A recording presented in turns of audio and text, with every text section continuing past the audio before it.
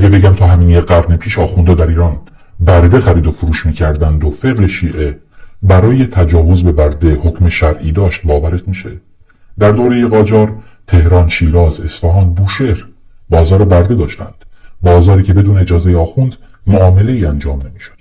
این بردهداری با حمایت فقه شیعه یک تجارت بزرگ شده بود و بجز اینکه از خود ایرانیان معترض حکومت و سنی های اطراف کشور برده می گرفتند، کنیس‌های آفریقایی از زنگبار و سودان با کشتی وارد می کردند.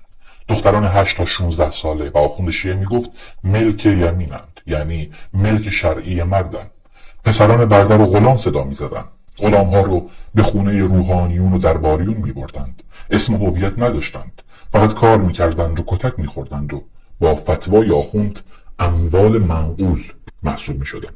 یعنی دقیقاً هم رده با یک فرش یا قالی. روحانیت شیعه بردهداری رو شرعی کرد، اون رو مشروعیت اخلاقی داد، تجاوز به برده رو حلال کرد، خودش برده داشت و تا پایان قاجار هرگز اون رو نقد یا ممنوع نکرد، تا اینکه رضا شاه در دوره پهلوی بردهداری رو رسما ممنوع کرد و ایران رو از این ننگ تاریخی بیرون کشید. اما آخوند بردهداری رو رها نکرده، فقط شکلش رو عوض کرده. تا قاجار آخوندها بدن رو مالک می شدند. در جمهوری اسلامی آخوند روح، اندیشه، صدا، عشق، ثروت، خاکمون و آینده رو. ذات دستگاه عمامه همیشه یک چیز بوده، تولید بندگی، و پایان این چرخه بندگی فقط یک راه داره. هیچ ملتی آزاد نمیشه تا زمانی که ذهنش هنوز اسیر باشه.